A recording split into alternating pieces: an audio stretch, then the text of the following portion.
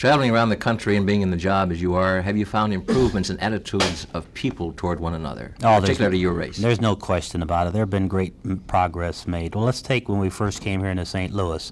There were many problems here, no question about it, but after a couple of years in this area, the only thing people wanted was that, well, I played baseball to the best of my ability, and I'm sure with Bill White and the other color fellows on the ball club now, the St. Louis fans go out, and if Bill White hits a home run that wins a ball game for the St. Louis Cardinals, that's all they want. Are you happy now that you were the first Negro to play Major League Baseball? Well, there were advantages. I don't know whether you can say I was happy. I wish that it hadn't have been that way. I would have loved to have come in when I was 20 years of age instead of when I was 27, because it's your first 5, 6 years that you get your experience and the knowledge. And when I was 27, should have been the year that I was in my peak in the major leagues. But I was, at that time, just trying to learn a lot of things about baseball, and I didn't really reach my peak until I was probably 31. I mean, as far as knowing all about baseball was concerned. A lot of ball clubs in the league were happy about that, too. You were tough enough as you were. Jackie, what problems did you encounter being the first of your race to enter organized baseball? Well, there were all kinds of problems, problems with spectators, problems with ball players, but it didn't take long to overcome it because we were playing with a pretty good ball club. We won the pennant in '47. We had on our ball club a guy by the name of Pee Wee Reese, the captain of our ball club, that let everybody know that the only thing the fellows on the Brooklyn Baseball Club were interested in, as far as Jackie Robinson was concerned, hit the ball well, Jack, and run and steal bases, help the Dodgers win, and this is all that we're going to ask, and we'll help you in every way that we can. They did, and I've been appreciative because I don't know whether it would have been this way had I been playing with someone other than the Reeses and the Rickies and the Hodgeses and fellows like that who were really interested in what was going on. Jack, we have a question here. Hello, your name, please?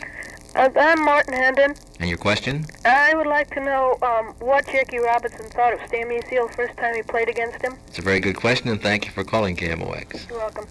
Well, the only thing I can say is that Stan Musial, every time we played against him, especially in the early years, seemed to hit 600 against us and catch 9,000 and do everything else. And we didn't particularly like the way Stan Musial hurt us over there in Brooklyn. He was the one man in the early years that hurt us more than anybody we know. As a matter of fact, Stan Musial was more popular in Brooklyn than practically anybody in the Brooklyn Baseball Club because he was such a dangerous man. A great ball player, a very fine fellow. Everybody in baseball that knew Stan liked him very much.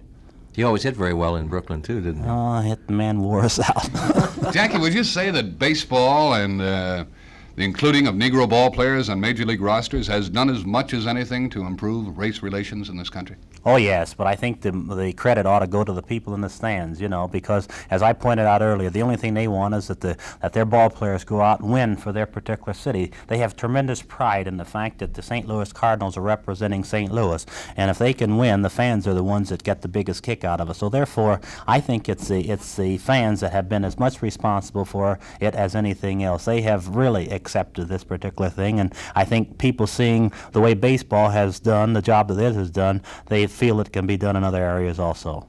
Hello, your name, please? Lottie Lockhart. And your question?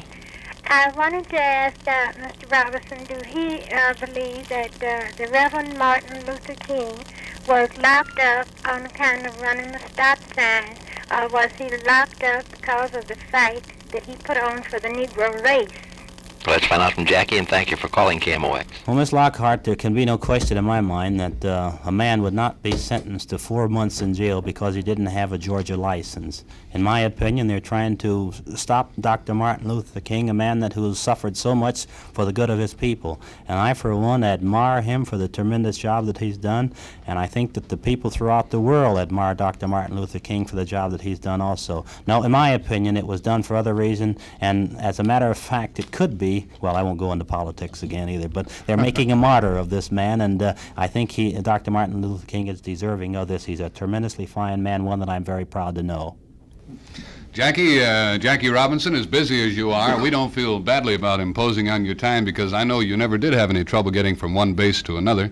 No, not at all, Jack. And thank you very much for your visit here this afternoon. Well, it's a pleasure, and I want to say to your audience, I appreciate the kinds of questions that they sent in. I appreciate your giving me the time to be on, and I hope that your listeners understand my feelings on this thing. You know, I was told a short time ago that I have no right to protest about what's going on here. They pointed out the fact that Jackie Robinson, Negro, has been given a job in baseball by the white man, a job at Chock-full of Nuts by the white man, a job that millions of Caucasians are envious of.